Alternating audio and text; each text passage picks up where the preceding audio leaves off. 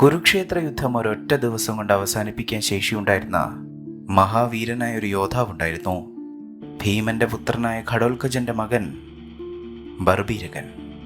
സാക്ഷാൽ പരമശിവൻ സമ്മാനിച്ച 3 ദിവ്യമായ അസ്ത്രങ്ങളായിരുന്നു ബർബീരകന്റെ കൈമുതൽ. തകർക്കേണ്ട ലക്ഷ്യങ്ങളെ കൃത്യമായി അടയാളപ്പെടുത്താനും അടയാളപ്പെടുത്തിയ ലക്ഷ്യങ്ങൾ കൃത്യമായി നശിപ്പിച്ച് തിരിച്ചു വരാനും ശേഷിയുള്ള 3 അസ്ത്രങ്ങൾ. ഈ ശക്തി കൊണ്ടവന് ലോകത്തിലെ ഏതൊരു യുദ്ധവും ഒറ്റ ദിവസം കൊണ്ട് അവസാനിപ്പിക്കാൻ കഴിവുണ്ടായിരുന്നു.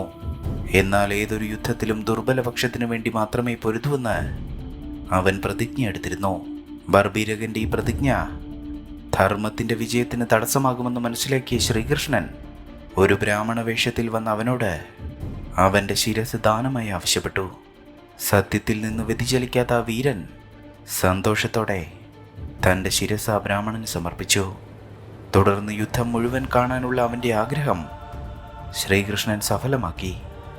ശ്രീകൃഷ്ണൻ അവൻ്റെ ശിരസ് കുരുക്ഷേത്രത്തെ അഭിമുഖീകരിക്കുന്ന ഒരു കുന്നിൻ മുകളിൽ സ്ഥാപിച്ചു.